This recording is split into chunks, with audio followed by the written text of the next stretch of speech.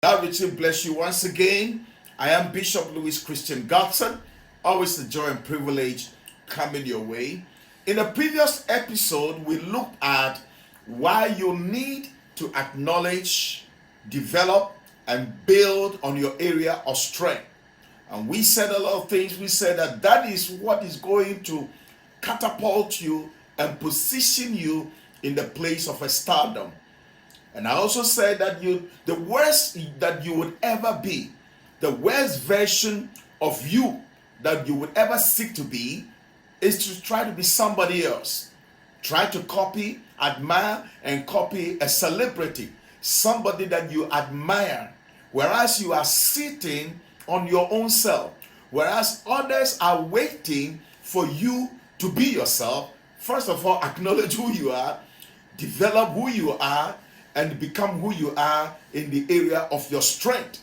And if you can develop that area of your strength that God has blessed you with, in the forms of your skills, in the forms of your potentials, in the forms of your peculiar abilities that God has endowed you with, then definitely, instead of you celebrating others, others are now going to turn around and add you to the list of their celebrities. You are going to become a celebrity.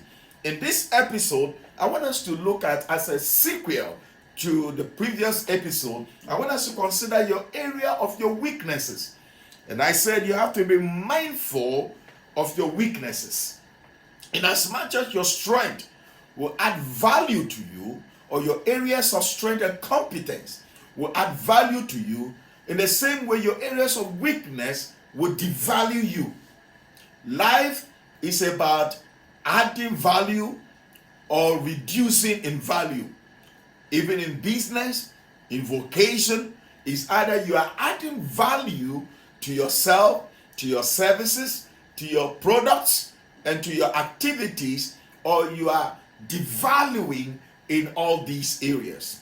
And the key thing that usually causes people to lose value, to become devalued in life, are areas of weaknesses. In fact, weaknesses are things that hinder and impede people's success and progress in life. Let me repeat this. A person's weakness, or a corporate organization's area of weaknesses, if we are to do SWOT analysis is simply means strength, weakness, opportunity, and threat. So when a business is setting up in an environment, when a business wants to critically analyze its ability to succeed, they apply these tools called SWOT: strength, weakness, and opportunity. That is, if the business is a localized business. If it is a corporate multinational corporation, they adopt the tools called PEST, P-E-S-T, political, environmental, social, and technological. They analyze, they do this critical analysis in the country or in the foreign land or in the nation where they want to set up. And these are the tools that guide them and aid them to make informed choices and decisions as to whether this is viable, the environment is viable or not, either the business they want to establish is viable or not, whether the facilities available are viable or not. But let's focus on SWOT analysis: strength, weakness, and opportunity. Individuals can do SWOT analysis on themselves: strength, weakness, opportunity, and threat. Churches can do the same. Much more so, leaders and entrepreneurs are supposed to do critical analysis using these tools on themselves. The area of your strength, what you are very good at; the area of your weakness, what you are not very good at, what easily devalue you. That is doing the personal casting, the focal point on yourself, putting the camera on you or putting the mirror before you. The two will have to deal with you. And then the other two, opportunity and threat, are things you do externally, things you look for externally. But that belongs to the classroom. Maybe another time when we veer into the area of deep business training and entrepreneurship training and all that, we can look at all these areas analytically, critically, and comprehensively. But for now, I am focused on you as a person, you as a leader, you as an entrepreneur, you as a pastor, you as an individual who is trying to achieve greatness and success, rise to the top in life. After discovering the area of your strength that is going to open doors for you, going to lift you up to places of greatness and position you in place of stardom, the next thing you need to look at, as in the area of SWOT analysis, is what are the area of your weaknesses.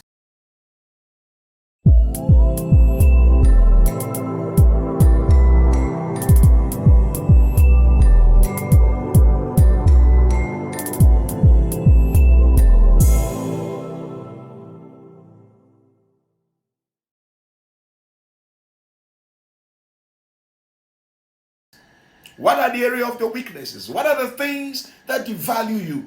What are the things that cause your value to go down? If you can apply it in your organization, in your company, apply it in your office, in your business setting, in your business environment. After you have discovered the area of your business strength that brings in more gain, that always brings you to the top of the competition, always excelling above your peers and your competitors, then the next thing you need to look at is what is your weakness. Because you see, the area of your weakness is where your competitors are going to start focusing on. Now, let me repeat this. The area of your weakness is what your competitors are going to start focusing on.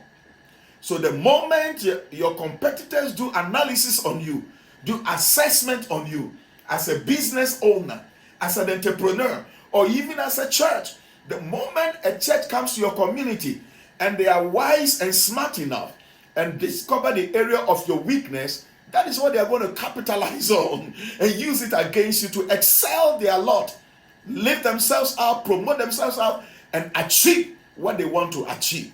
So that is where you also have to be critically concerned with. And the word is critically concerned. You have to look at this area. You may have to ask other people. You understand? Because we usually say in the local language that he who is charting a course does not know its bent behind him. It takes people to tell you which area that you are not doing well. And you have to voluntarily, deliberately open up, ask questions. Sometimes some of these people may be your mentors. Your mentor loves you too much to leave you the way you are. Your best friend may just leave you or want to leave you the way you are. Your best friend likes you so much that they leave you the way you are.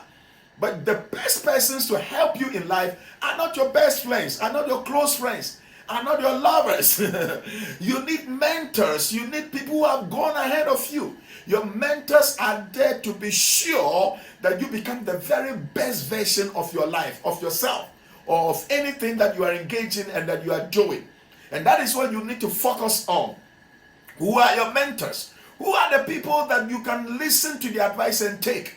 Again, your best friends are not the ones whose advice you will necessarily want to take and apply to your life or any area of your life.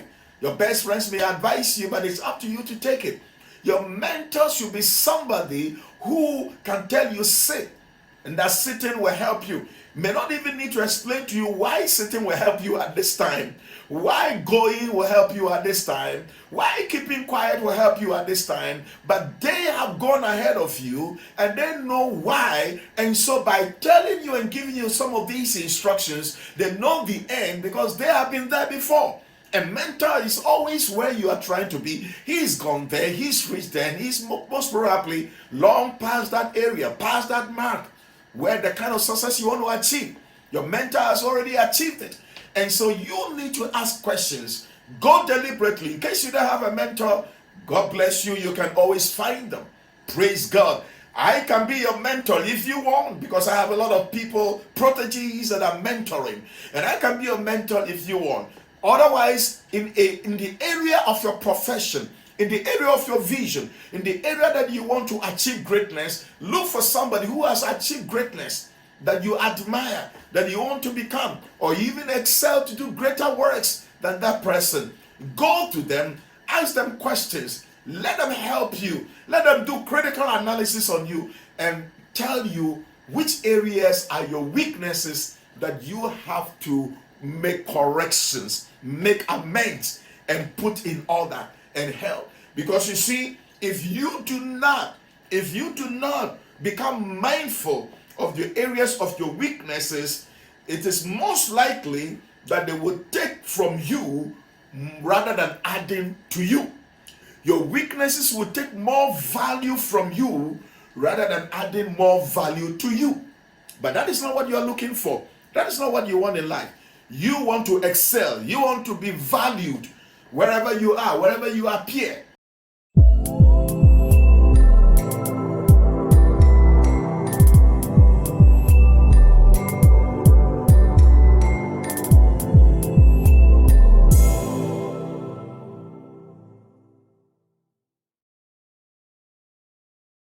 Why should somebody do or become the best wife that will attract your husband, or the best husband that will attract your wife? Why should that be? Because you have not working on the area of your weakness. Concentrate on the area of your weakness. Nations become great, peoples become great, individuals become great, businesses become great, corporate organizations, churches and ministries become great because they discover, they acknowledge, and they develop more on their strength, whereas trying all they can do, not try, do all they can in their capability, in their ability, and more abilities that they can bring from external sources to help them overcome their weaknesses, work on their weaknesses, diminish more on the area of their weaknesses, so that it doesn't devalue them, but rather add more value to their lives. When you are able to work on your weaknesses, it is like you are reducing the things that suppresses you, and you are adding more, focusing and building more on the things that lift you up. Life is just like that. There's things that will always want to break you down, always want to pull you down, competitors that want to pull you down. In the athletic competition, everybody wants to win a prize. They are not there to make public show of the spectators. No, for nothing. No, everybody is aiming at the gold. Everybody is aiming at the first prize. And others, whereas others are trying to outdo you because they discover an area of your weakness, you have no business sitting down and then admitting this is my weakness. And then that's what some people do. That's what some people do. They say, this is my weakness. I don't want to change. It is my weakness. Yes, I like it. For some people go to the extent and say that everybody has a weakness, and so what? I also have my weakness, and so what? No. That is what is most probably closing doors against you rather than keeping the doors open. We usually say that your character, your charisma will open doors for you, but your charisma will determine how long that door will remain open for you. Let me repeat this. Your character, some people have good charisma. Charisma is gift, where in the area where you are gracefully blessed by Elohim, by God, by your creator. He gracefully blesses you, so that becomes an area that easily opens door for you, easily causes people to like you at the first appearance, at the first meeting. But when that door opens for you, at the door of business, door of relationship, whichever door is it, door of promotion, door of great achievement, when your strength has opened those doors for you, when your strength in the form of your charisma has ushered you into these great open doors, now you are going to determine by your own weakness, or how you're able to deal with your weakness, whether you are going to remain in that open door and whether that door is going to remain open for you for the rest of your life. I've had doors open for me, bringing me into relationship with great, some of the great and most renowned, powerful people that you can ever think of. And some of these people have retained relationships with them that have good relationship with great people that have extended for over 30 years. Doors that have opened for me in places, and the doors are still open, wide open. I can always walk into that door and get what I want for my benefit. So you see, it is not just charisma that you need to develop on, but your character and the areas of your weakness that are exposed in your character, you need to work on. If you're a business leader, look for the things that make you lose money. What are the things that make you lose clients, customers? What are the things that brings down the sales of your business? I said it in the previous episode that is either money is moving away from you or moving towards you. And sometimes when people lose money, others are making money. The same money somebody lost is in the hands of another person.